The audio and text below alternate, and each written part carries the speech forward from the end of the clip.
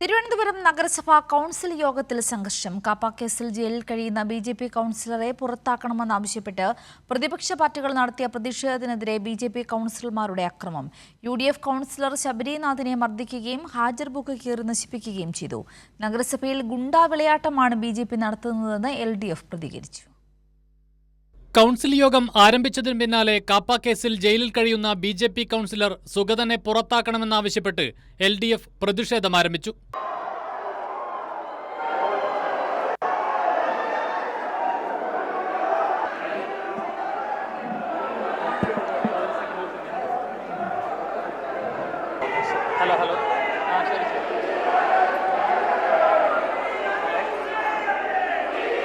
നടപടികൾ വേഗത്തിലാക്കി 10 മിനിറ്റിനകം കൗൺസിൽ യോഗം അവസാനിപ്പിച്ച് മേയർ വി രാജേഷ് മടങ്ങി.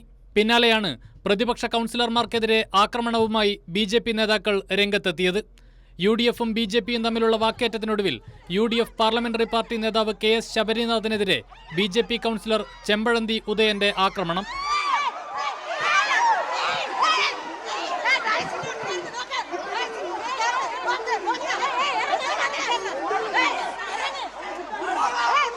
LDF UDF കൗൺസിലർമാരെ ഒപ്പിടാൻ അനുവദിക്കാതെ ബിജെപി കൗൺസിലർമാർ ഹാജർ ബുക്ക് വലിച്ചു കീറി.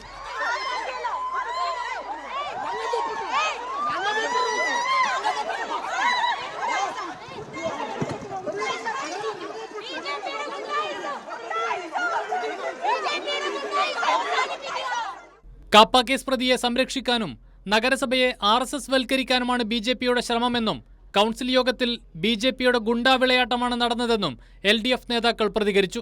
ഒരു കാരണവും കൂടാതെയാണ് ഈ പറയുന്ന ആളുകൾക്ക് നേരെ അക്രമ പ്രവർത്തനം നടത്തിയത്. ഞങ്ങളിവിടെ നിൽക്കുമ്പോഴാണ് ഒരു കാര്യവും കൂടാതെ 25-ാം തീയതി ഞങ്ങൾക്ക് നേരെ അക്രമ പ്രവർത്തനം നടത്തിയെങ്കിൽ ഇന്ന് 29-ാം തീയതി അവർ UDFന് നേരെ നടത്തി. ഞങ്ങൾ പറയുന്നത് പോലെ തന്നെ RSS വൽക്കരിക്കുകയാണ്. ഇവർ ഈ നാട്ടിനകത്ത് RSS ശാഖയായിട്ട് ഈ നഗരസഭ മാറ്റുകയാണ് ചെയ്യുന്നത്. ഇവിടെ ഗുണ്ടാ വിളയാട്ടമാണ് ഈ ക്യാമ്പസിനകത്ത് നടക്കുന്നത്.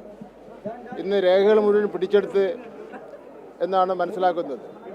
ഒരു പ്രകോപനവുമില്ലാതെയാണ് ഇന്ന് BJPയുടെ നേതൃത്വത്തിൽ മറ്റ് കൗൺസിലർമാരെ ആക്രമണം നടത്തിയിട്ടുള്ളത്. ഈ കാര്യത്തിൽ ഗവൺമെന്റ് അടിയന്തരമായി ഇടപെടണമെന്ന് ആവശ്യപ്പെടുകയാണ്. കൗൺസിൽ അംഗങ്ങളെ മർദ്ദിച്ച ചെമ്പഴന്തി ഉദയനെ പുറത്താക്കണമെന്നാവശ്യപ്പെട്ട് നഗരസഭാ സെക്രട്ടറിക്ക് KS ശബരിനാഥൻ പരാതി നൽകി. സുഗതനെ പുറത്താക്കണമെന്നാവശ്യപ്പെട്ട് ശക്തമായ പ്രക്ഷോഭ പരിപാടികളുമായി മുന്നോട്ടു പോകാനാണ് LDFന്റെയും തീരുമാനം.